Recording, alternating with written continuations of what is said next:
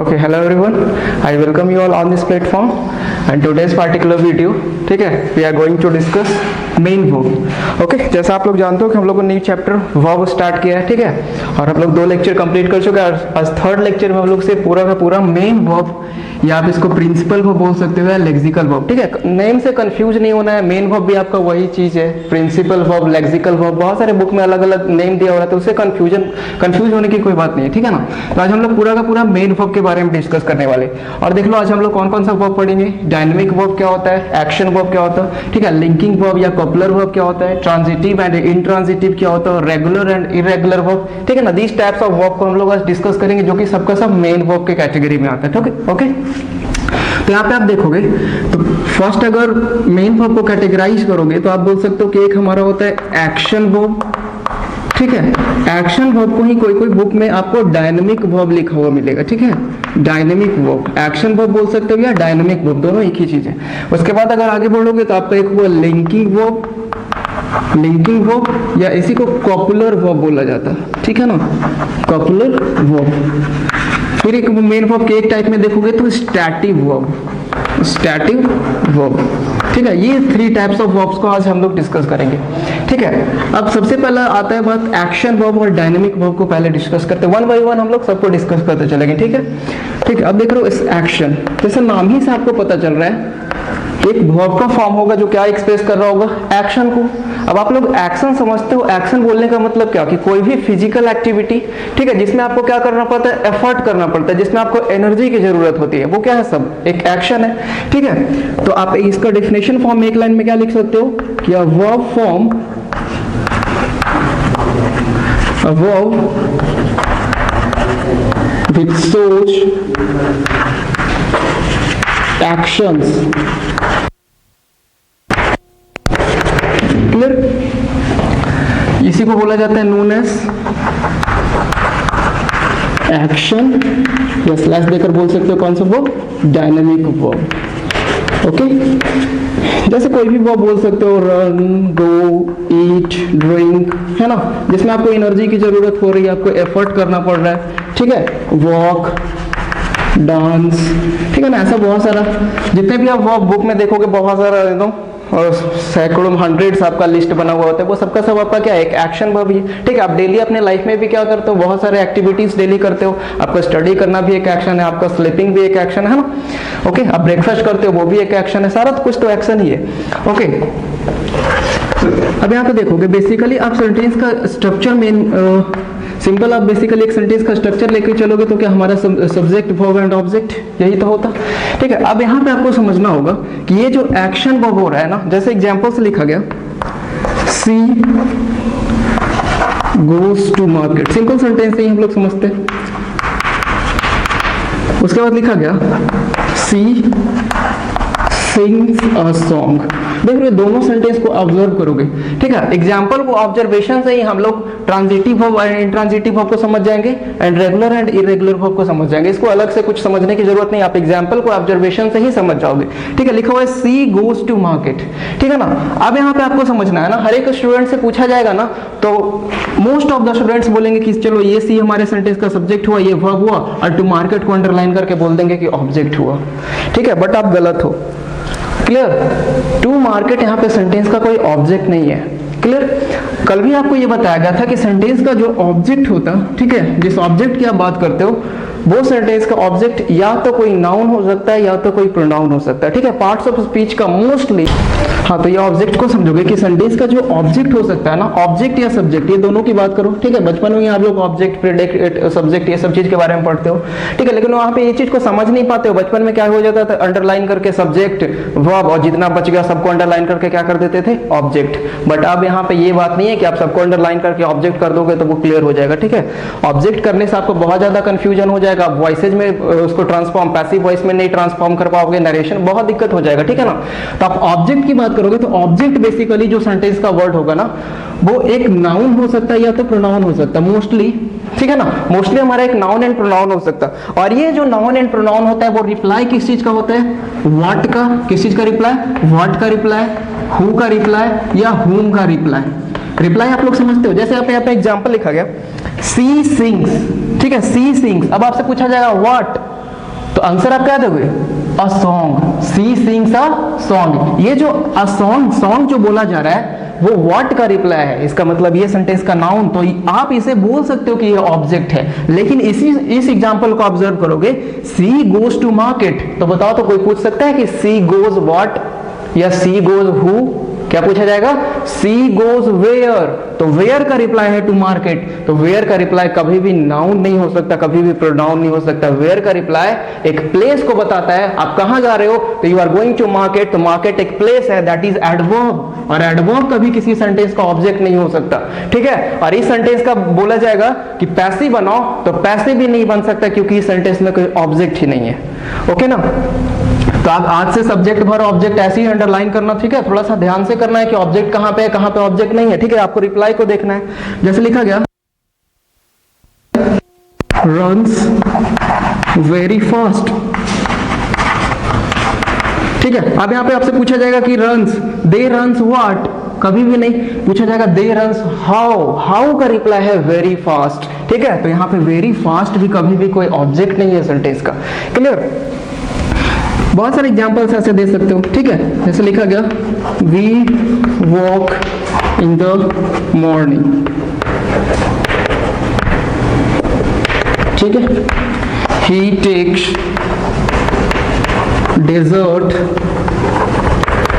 After his breakfast. देख लो ये सेंटेंस एग्जांपल में वी वॉक, ठीक है ना, वी वॉक। अब यहाँ पे क्या व्हाट का रिप्लाई है?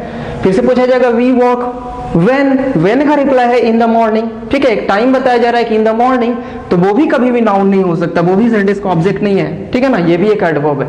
देख लो जब आप व्हेन का रिप्लाई से आंसर देते हो, वेयर का रिप्लाई होता है, ठीक है। तो वेयर का रिप्लाई एक प्लेस को रेफर कर रहा होता है, व्हेन का रिप्लाई क्या एक टाइम को रेफर कर रहा था, तो एडवर्ब ऑफ प्लेस होता है, एडवर्ब ऑफ टाइम होता है, ठीक है ना। प्लेस एंड टाइम कभी भी कोई नाउन नहीं हो सकता। फिर लिखा हुआ है ही टेक्स डेजर्ट, ठीक है ना, he takes dessert after his breakfast.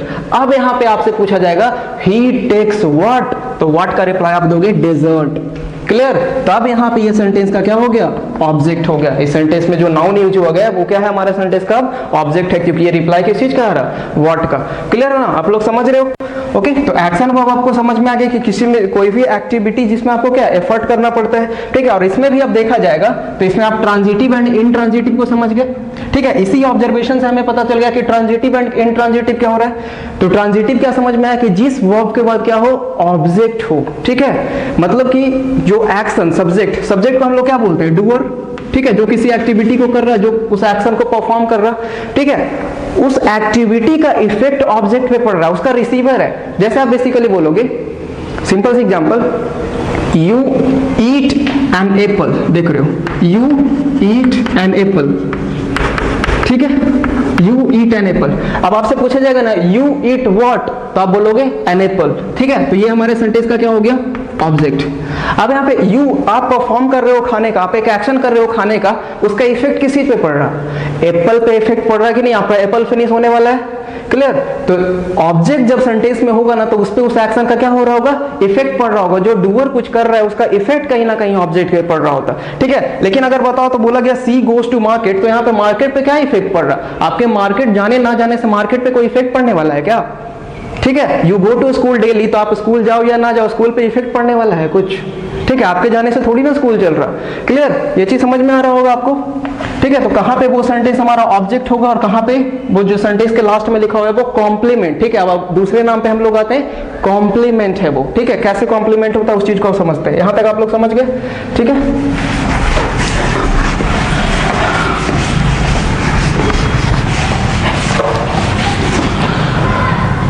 चलो, तो अभी बात कर रहे थे किस चीज की? ट्रांजिटिव एंड इनट्रांजिटिव की, है ना। ट्रांजिटिव एंड इनट्रांजिटिव, ठीक है। तो ट्रांजिटिव आप क्या बोल सकते हो? A verb which requires an object, a verb which requires an object, clear. और इसका अपोजिट आप बना सकते हो, ठीक है ना। A verb which does not require any object, ठीक है। जैसे किसी भी प्रेडिकेट, ठीक है, ऑब्जेक्ट को आप दूसरे नाम से भी जानते हो प्रेडिकेट, इसमें भी कंफ्यूज नहीं होना है, ऑब्जेक्ट एंड प्रेडिकेट दोनों एक ही चीज है, ठीक है ना, बोलने का तरीका कुछ बुक में लिखा हुआ रहता है, ठीक है। फॉर एग्जाम्पल यहाँ पे लिखा गया आपको, ठीक है, they write a letter, he is preparing for the project,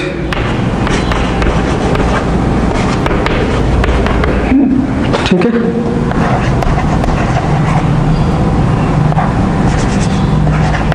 She speaks loudly,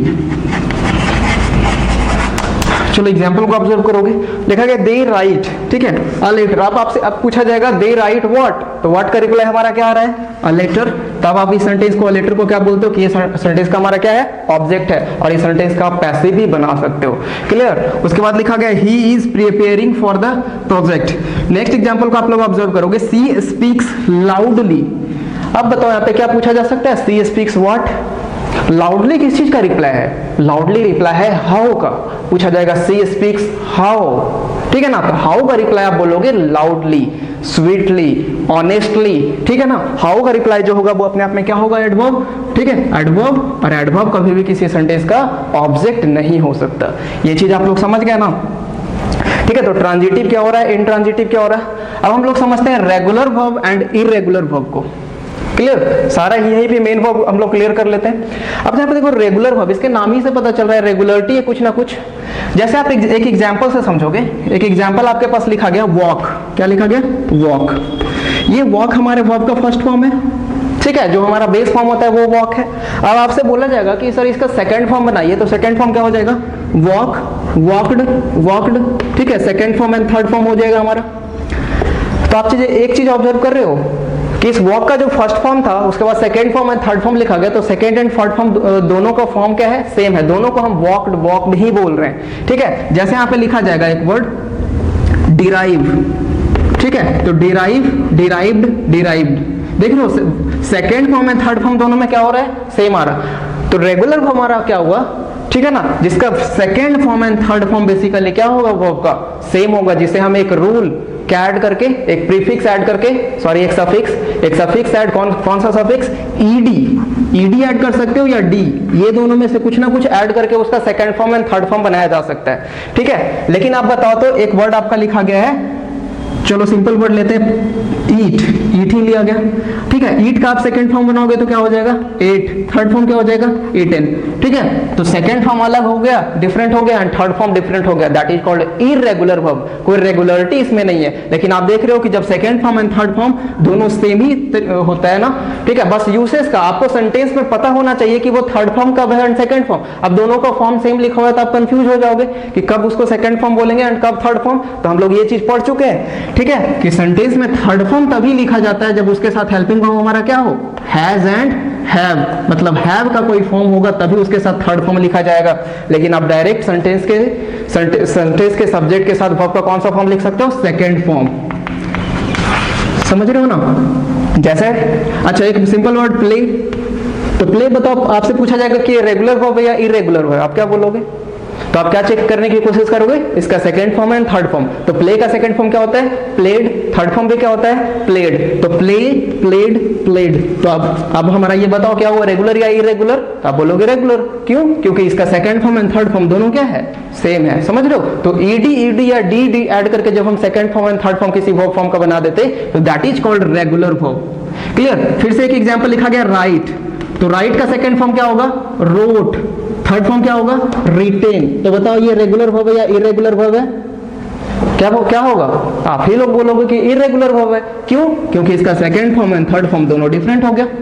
बस सिंपल सा चीज था, आप लोग समझ गए कि second form and third form अगर एक कॉन्सेप्ट से एक बेसिकली सफिक्स ऐड करके डी या ईडी ऐड करके बना दिया गया वो रेगुलर वर्ब, इसका second form and third form बिल्कुल डिफरेंट हो गया, दैट इज इरेगुलर वर्ब, ठीक है। तो ये सब जितने भी पार्ट्स हैं हमारे क्या मेन वर्ब के ही हैं, ठीक है ना। बस नेम, बस उसका बताओ नोमिनेशन, इसका सॉरी नोमेनक्लेचर अलग अलग कर दिया गया, ठीक है, नेम अलग अलग चीज दे दिया गया कि ट्रांजिटिव वर्ब कब होगा, इंट्रांजिटिव क्या होगा, रेगुलर क्या होगा, इरेगुलर क्या होगा, सिर्फ नेमिंग का डिफरेंस है, ठीक है। और इसके यूसेज पे यूसेज को आप लोग समझना होगा कि ट्रांजिटिव वर्ब के लिए हमें क्या चाहिए, सेंटेंस में एक ऑब्जेक्ट चाहिए होगा, ठीक है। रेगुलर वर्ब का क्या कॉन्सेप्ट है वो आप लोग समझ गए, ठीक है। तो आई थिंक आप लोगों को एक्शन वर्ब क्या होता है या डायनेमिक वर्ब क्या होता है सेंटेंस में, और उसी से रिलेटेड ट्रांजिटिव एंड इनट्रांजिटिव या रेगुलर एंड इरेगुलर वर्ब क्या होता है आप लोगों को समझ में आ गया होगा, ठीक है ना। आप लोग यहाँ से नोट नहीं कर पाओगे, ठीक है ना, आप लाइव लेक्चर में बेसिकली, तो आप क्या होगा, आपको डिस्क्रिप्शन बॉक्स में हैंड रिटेन बिल्कुल ही फ्रेश आपको पीडीएफ लिखा हुआ मिलेगा, ठीक है। आप वहां से आप नोट्स बना सकते हो अपनी कॉपी पे, ठीक है ना। ओके, अब हम लोग डिस्कस करते हैं किस चीज को, लिंकिंग वर्ब या कोपुलर वर्ब, ठीक है ना। लिंकिंग वर्ब या कोपुलर वर्ब, इसमें भी कंफ्यूज नहीं होना, बहुत सारे बुक में कोपुलर वर्ब लिखा हुआ रहता है और कहीं कहीं पे लिंकिंग वर्ब लिखा हुआ होता है, ठीक है। तो आपको कंफ्यूज नहीं होना है, दोनों सेम ही चीज है, ठीक है। अब देख लो लिंकिंग वर्ब क्या है एंड कोपुलर वर्ब क्या होता है, ठीक है।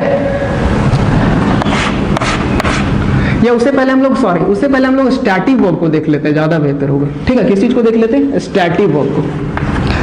क्यों ऐसा बोला गया, क्योंकि एक आपको बोला जा रहा है कि आप एक एक्शन को रेफर कर रहे हो, एक वर्ब से आप क्या रेफर कर रहे हो, एक्शन को रेफर कर रहे हो। दूसरी तरफ जो स्टैटिक वर्ब है, नाम ही से पता चल रहा है स्टैटिक मतलब एक स्टेट को बता रहा होगा, क्या, एक स्टेट को बता रहा होगा। जैसे अगर हम बोला जाए for example, she seems tired, समझ रहे हो, ठीक है। तो सीम्स टायर्ड उसका क्या है, एक स्टेट है। जैसे अगर हम बोले,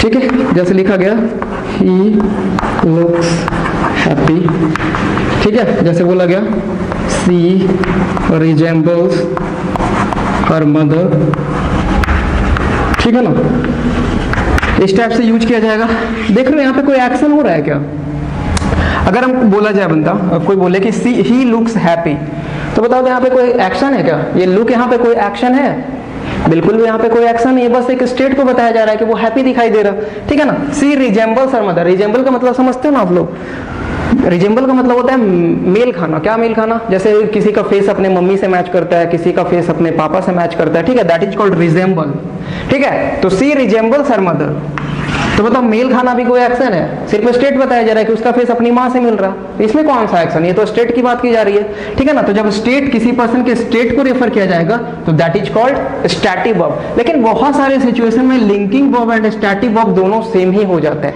ठीक है। जब हम दोनों को डिस्कस करते हैं तब आपको समझ में आ जाएगा, ठीक है ना। तो अगर स्टैटिक वर्ब का डेफिनेशन देना चाहें तो क्या लिखोगे आप, ठीक है, अभी बताया गया। स्टैटिक वर्ब का अगर एक लाइन में डेफिनेशन देना चाहोगे तो आप क्या लिख सकते हो कि a verb which shows state and possession, अब देखो एक न्यू वर्ड आ गया पोजीशन, ठीक है ना। तो पोजीशन क्या होता है, कल भी हम लोगों ने इस चीज को समझा, ठीक है। हिंदी में बोले पोजीशन को तो किस चीज, अधिकार, आपका किसी चीज पे अधिकार होता है, और इस चीज को हम लोग वर्ब के कौन से फॉर्म से रेफर करते हैं, हैव से। जैसे अगर हम बोले he has a huge house, ठीक है। तो यहाँ पे हैज जो यूज किया गया है, ठीक है, ये कौन सा वर्ब है, verb of position.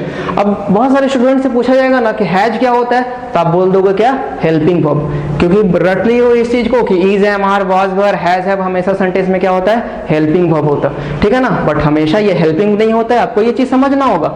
Helping verb is, am, are, was, were, has, have तभी हो सकता है सेंटेंस में जब सेंटेंस में कोई मेन वर्ब यूज किया गया है, ठीक है। इज, एम, आर, वाज, वर के बाद जैसे वर्ब का आईएनजी फॉर्म यूज किया गया, तो वर्ब का आईएनजी फॉर्म सेंटेंस का मेन वर्ब है, उसके पहले हेल्पिंग वर्ब यूज किया गया इज, एम, आर।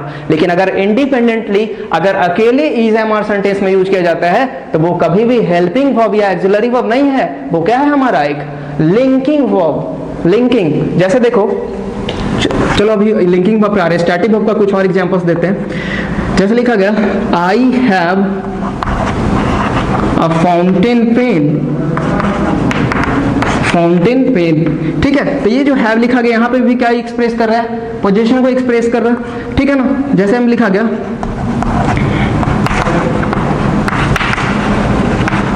ठीक है, तो यहाँ पे भी क्या एक्सप्रेस कर रहा है, एक स्टेट को रेफर कर रहा है, क्लियर। ही फील्स कोल्ड, ठीक है, तो यहाँ पे भी क्या एक्सप्रेस कर रहा है, एक स्टेट को, समझ रहे हो।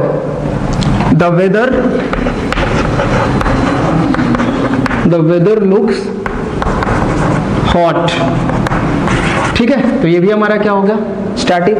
ठीक है, तो स्टैटिव आप समझ गए। अब लिंकिंग, दोनों बेसिकली आगे जाकर कहीं ना कहीं सेम, दोनों बिल्कुल भी सेम चीज नहीं है, लेकिन कहीं ना कहीं सिमिलरिटी है किस चीज में, लिंकिंग वर्ब एंड स्टैटिव वर्ब में। ठीक है, तो आप लोग स्टैटिव वर्ब समझ गए। अब आते हैं हम लोग लास्ट जो मेन वर्ब का फॉर्म है, लिंकिंग वर्ब को समझते हैं। ठीक है, और ये बहुत ही इंपॉर्टेंट माना जाता है। ठीक है, सबके माइंड में बैठा होगा कि हेल्पिंग वर्ब होता है, लेकिन उस चीज को समझना है कि क्यों नहीं हेल्पिंग वर्ब है ये। ठीक है, लिंकिंग वर्ब पे आते हैं अब। ठीक है, जैसा इसका नाम ही से पता चल रहा है, देख रहे हो ना, जब आप ग्रामर में बात करोगे ना, तो आपको अगर हेडिंग समझ में आ गया ना, तो आपको अदर चीज तो ऐसे समझ में आ जाता है। ठीक है, उसमें हाफ तो उसके नेम में ही छिपा हुआ, नाम ही है इसका लिंकिंग। तो लिंकिंग वो मतलब क्या, लिंक करेगा, किस चीज को लिंक करने वाला है, उसी चीज को समझना है। ठीक है ना, तो ये लिंक करता है किस चीज को, सेंटेंस के सब्जेक्ट को उसके कॉम्प्लीमेंट से। कॉम्प्लीमेंट बोलने का मतलब आप लोग समझते हो। ठीक है, एक हमारा सेंटेंस में सब्जेक्ट का कॉम्प्लीमेंट होता है। जैसे अगर हम लिखा जाए, ठीक है, फॉर एग्जांपल कि आई एम अ टीचर, ठीक है ना, यहां पे देख रहे हो, तो आई क्या है, एक टीचर, यहां पे कौन सा वर्ब का यूज किया गया है, एम। ठीक है, ये लिंक कर रहा है दोनों को, क्या कर रहा है, लिंक कर रहा है। बताओ, ये टीचर भी तो आई ही है ना, तो ये आपसे पूछा जाएगा कि ये टीचर इस सेंटेंस में क्या है, तो आप लोग बोल दोगे क्या है, ऑब्जेक्ट है। लेकिन यहाँ पे ये भी ऑब्जेक्ट नहीं है, ये हमारे सेंटेंस का कॉम्प्लीमेंट है। क्या है हमारे सेंटेंस का, ये कॉम्प्लीमेंट। तब आपसे एक न्यू यहाँ पे वर्ड आ गया कि कॉम्प्लीमेंट एक्चुअली में क्या होता है। तो कॉम्प्लीमेंट क्या होता है, ऑब्जेक्ट की, देखो ये जो जगह है, ये जो अगर सेंटेंस में इसकी जगह की बात करें, तो ये जगह तो ऑब्जेक्ट का है, क्योंकि सब्जेक्ट वर्ब ऑब्जेक्ट का हमारा सिस्टम होता है।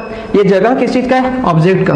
तो एक चीज समझोगे, ऑब्जेक्ट की जगह पे लिखा हुआ किसको एक्सप्लेन कर रहा होगा, सब्जेक्ट का इंफॉर्मेशन को फुलफिल कर रहा है। ठीक है, जैसे अगर हम बोले she is a doctor, she simple sentence है, आप लोग समझ जाओगे, सी इज अ डॉक्टर। ठीक है, तो पूछा जाएगा, बच्चे से अंडरलाइन किया जाएगा, तो बोलोगे ये सब्जेक्ट, ये वर्ब और ये ऑब्जेक्ट। लेकिन यहाँ पे ऑब्जेक्ट नहीं है, समझ रहे हो, ये ऑब्जेक्ट नहीं है। क्या है हमारे सेंटेंस का, कॉम्प्लीमेंट है। ऑब्जेक्ट एंड कॉम्प्लीमेंट में बहुत ज्यादा डिफरेंस होता है। कॉम्प्लीमेंट्री एंगल आप लोग मैथ्स में पढ़ते हो। ठीक है, समझ रहे हो, पूरा करने, ये सेंटेंस को क्या कर रहा है, पूरा कर रहा है। ठीक है, ये इंफॉर्मेशन को कंप्लीट कर रहा है, सी के इंफॉर्मेशन को कंप्लीट कर रहा है कि सी एक डॉक्टर है। तो डॉक्टर है कौन, सी ही तो है। क्लियर, तो सी एंड डॉक्टर दोनों क्या अलग अलग चीज है, दोनों सेम ही चीज है, बस ये इंट्रोड्यूस कर रहा है इस चीज को।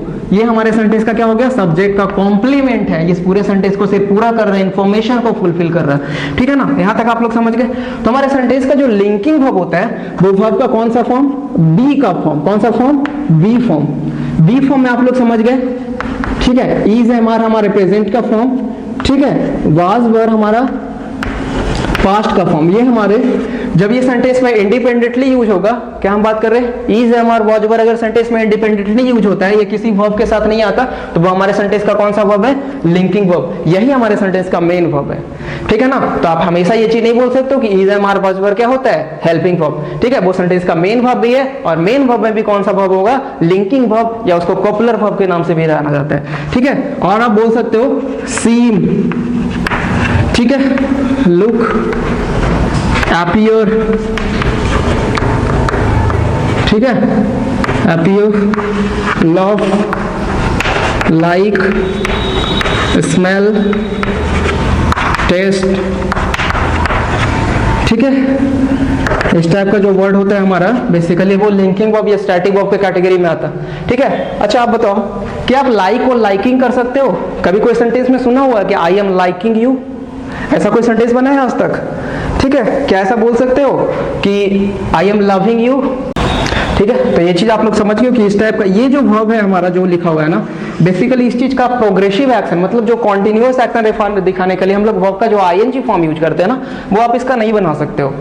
नाउन के फॉर्म में यूज हो सकता है, लेकिन जहां तक वर्ब की बात करें तो आप वर्ब इस टाइप का नहीं लिख सकते हो। ठीक है, लुकिंग, अपीयरिंग, ठीक है, ऐसा थोड़ी ना बोल जाता है इट इज अपीयरिंग में से क्या बोलते हैं, it appears, it seems.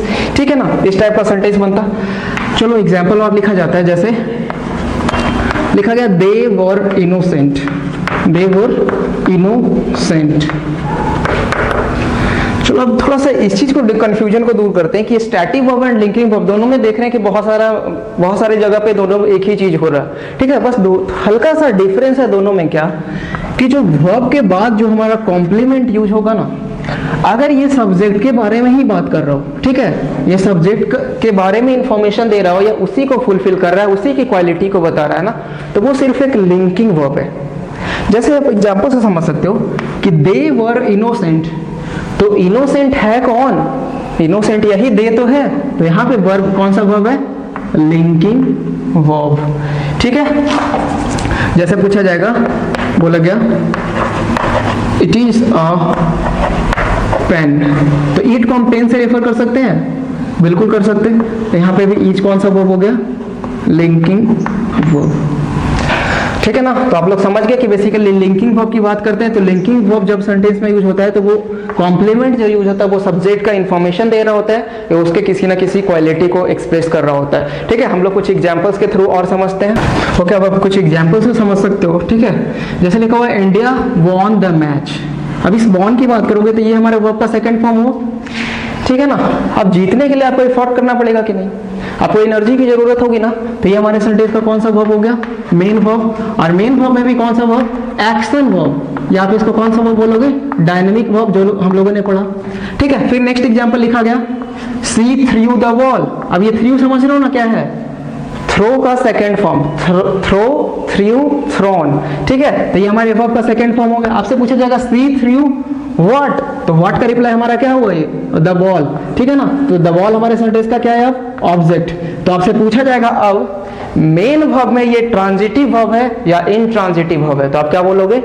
Transitive verb है। क्यों? क्योंकि इसके बाद क्या आ रहा है? एक ऑब्जेक्ट। अगर ऑब्जेक्ट नहीं होता तो ये कौन सा वर्ब हो जाता? Intransitive verb. जैसे फर्स्ट एग्जांपल में भी समझ सकते हो, इंडिया वॉन व्हाट, तो व्हाट का रिप्लाई हमारा क्या है? द मैच, तब यहाँ पे ये सेंटेंस का ऑब्जेक्ट होगा। लेकिन नेक्स्ट एग्जांपल देखो, चलो इस एग्जांपल को देखते हैं। ही लेड, लेड सेकंड का कौन सा फॉर्म? ये समझ रहे हो, ये भी सेकंड फॉर्म है किस चीज का? एक वर्ड होता है लाई, ठीक है ना।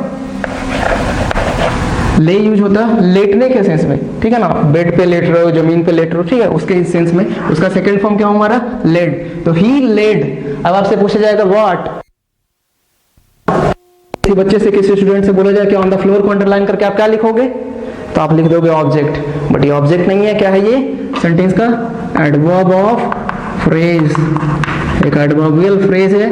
क्यों है? क्योंकि देखो ही लेड वेयर, वेयर का रिप्लाई अपने आप में एक एडवर्ब प्लेस होता है। तो इस सेंटेंस का अगर बोला जाए कि सर इस सेंटेंस का पैसिव बनाइए, तो इस सेंटेंस का नो पैसिव होगा, ठीक है। क्यों? क्योंकि इस सेंटेंस में कोई भी ऑब्जेक्ट नहीं है। फिर लिखा हुआ है दे आर स्टूडेंट्स, ठीक है, दे आर स्टूडेंट। तो आपसे पूछा जाएगा कि आर क्या है, तो आप बोल दोगे हेल्पिंग वर्ब है, लेकिन आर यहाँ पे हेल्पिंग वर्ब नहीं है, क्या है?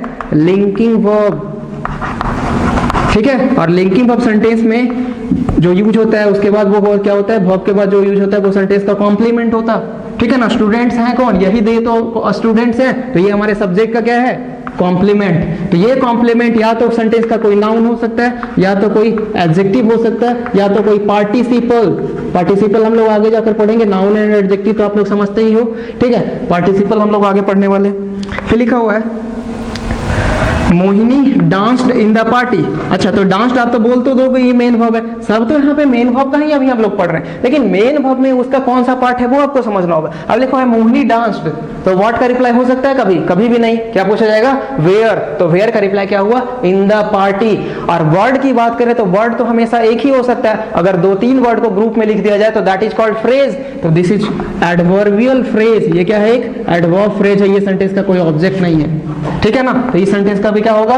No passive. बहुत ही सिंपल से एग्जांपल से बोला जाता है स्टूडेंट को कि बोले ही गोज टू स्कूल का पैसिव बनाओ, तो बच्चा लोग बना देगा school is gone by him. बिल्कुल गलत। He goes to school, no passive. क्यों नहीं? क्योंकि इस सेंटेंस में कोई ऑब्जेक्ट ही नहीं है। जब सेंटेंस में कोई ऑब्जेक्ट ही नहीं होगा तो आप पैसिव किस चीज का बनाओगे, ठीक है। उसके बाद लिखा हुआ है दे सीम टायर्ड, ठीक है। तो यहाँ पे भी सेंटेंस का क्या हुआ? ये लिंकिंग वर्ब, ये स्टैटिक वर्ब भी आप इसको बोल सकते हो कि स्टेट को बता रहा है कि वो बंदा थका, वो लोग थके हुए दिखाई दे रहे। He was a talented girl, तो टैलेंटेड वॉज यहाँ पे कौन सा वर्ब? Linking verb. फिर से कोई हेल्पिंग वर्ब नहीं है यहाँ पे, कौन सा वर्ब है ये? Linking verb. She is my friend, फिर से वही बात, कोई हेल्पिंग वर्ब नहीं, ठीक है। She had a car, had अपने आप में हैव का सेकंड फॉर्म हुआ, ये क्या बताता है? पोजीशन को, ये भी एक स्टेटिक वर्ब है। अच्छा, यहाँ पे दोनों में डिफरेंशिएट करने के लिए बताया गया था। अब बताओ सी कोई car, she is equal to car हो सकता है कभी? बिल्कुल भी नहीं। तब यहाँ पे क्या है, ये स्टैटिक वर्ब है। लेकिन अगर बोला जाए सी इज अ स्टूडेंट, तो सी इज इक्वल टू स्टूडेंट आप बोल सकते हो कि नहीं?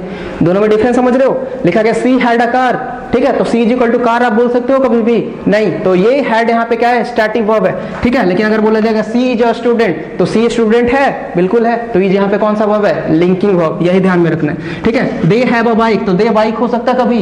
बिल्कुल नहीं। तो ये हमारा कौन सा वर्ब है, स्टैटिक वर्ब। बस यही थोड़ा माइनर डिफरेंस है दोनों में, बट ऐसे देखा जाए तो लिंकिंग स्टैटिक भी सेम ही चीज चलता है। ओके, तो आप लोग टोटल ओवरऑल एक्शन वर्ब यानी डायनेमिक वर्ब को आप लोग समझ गए, ठीक है। डायनेमिक वर्ब क्या होता है, एक्शन वर्ब क्या होता है, linking, copular, transitive, intransitive, regular and irregular, सारी चीज को आप लोग समझ गए। इसका लिखा हुआ हैंड रिटन पीडीएफ नोट्स आपको डिस्क्रिप्शन बॉक्स में मिल जाएगा, ठीक है। आप लोग पार्टिकुलर नोट्स बनाओगे स्टार्टिंग एंड तक लेक्चर को देख के, ठीक है। फिर नेक्स्ट लेक्चर में हम लोग हेल्पिंग वर्ब एंड मॉडल्स को डिस्कस करेंगे। ओके, तो see you in the next video. Keep smiling, keep practising, take care, thank you.